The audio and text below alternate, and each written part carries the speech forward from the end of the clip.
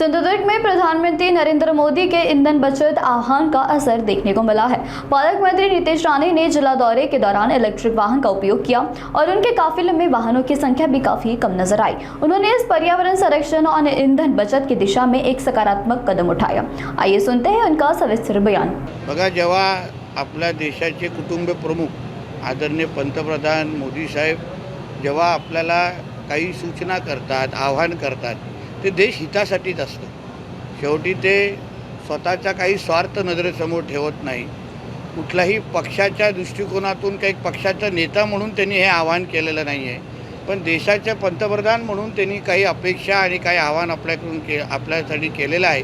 तर देशाच्या प्रत्येक नागरिकाने हे जे काही केलेलं आवाहन ते सकारात्मक दृष्टिकोनातून घ्यावं, त्याला पूर्ण करायला प्रयत्न करावं। शेवटी देशाचे पंतप्रधानांना आपल्या भविष्याची चिंता आहे आणि आपलं भविष्य अतिशय सुखरूप राहावं या दृष्टिकोनातून केलेलं ते आव्हान आहे। म्हणून आम्ही जसं काल आपल्या आदरणीय मुख्यमंत्री साहेब टू व्हीलरने विधानभवनात गेले, मी चालत गेलो, तर आजही आमच्या जिल्ह्यामध्ये सिंधुदुर्ग जिल्ह्यामध्ये येत असताना EV गाडीने प्रवास करणं हे मी आता सुरुवात केलेली आहे।